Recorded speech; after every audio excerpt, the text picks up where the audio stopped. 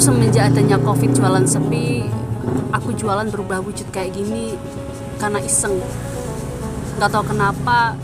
Viral penampilan seorang pedagang wanita yang berpenampilan seperti kuntilanak untuk menarik perhatian pembeli.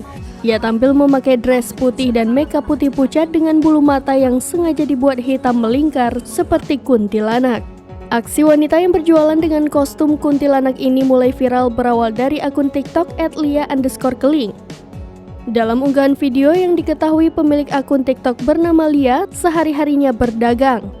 Ia menceritakan awal ia berdagang seperti itu karena dagangannya sepi semenjak pandemi COVID-19.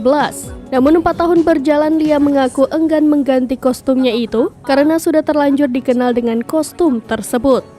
Anak-anak pun tampak ramai membeli dagangan papeda yang ia jual.